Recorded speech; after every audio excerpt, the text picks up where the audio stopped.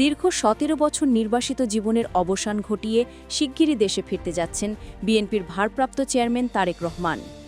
দেশে ফিরে রাজধানীর গুলশান ২-এর এভিনিউ রোডের ১৯৬ নম্বর বাড়িতে উঠবেন তিনি।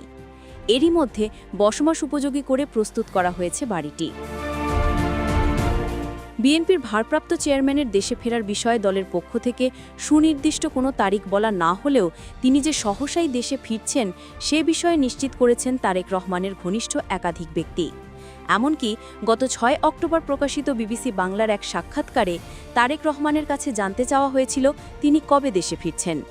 এই প্রশ্নের জবাবে তিনি বলেন, খুব দ্রুতই ইনশাল্লাহ।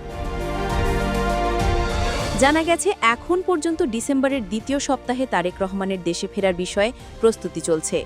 তফসিল ঘোষণার আগে বা ঘোষণার পরপরই তিনি দেশে ফিরতে পারেন।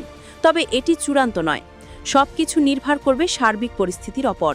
আর তারেক রহমান নিজেই সিদ্ধান্ত নেবেন কবে তিনি ফিরবেন। কিছুদিন আগে বিএনপি স্থায়ী কমিটির সদস্য সালাহুদ্দিন আহমদ প্রকাশ্যে বলেছিলেন, নভেম্বরের শেষ দিকেই তারেক রহমান দেশে ফিরবেন বলে আশা করছি। দলীয় পর্যায়ে তার এই মন্তব্যই প্রথম আনুষ্ঠানিক ইঙ্গিত হিসেবে আলোচনায় আসে, যদিও সময়সীমা আনুষ্ঠানিকভাবে নির্ধারিত হয়নি।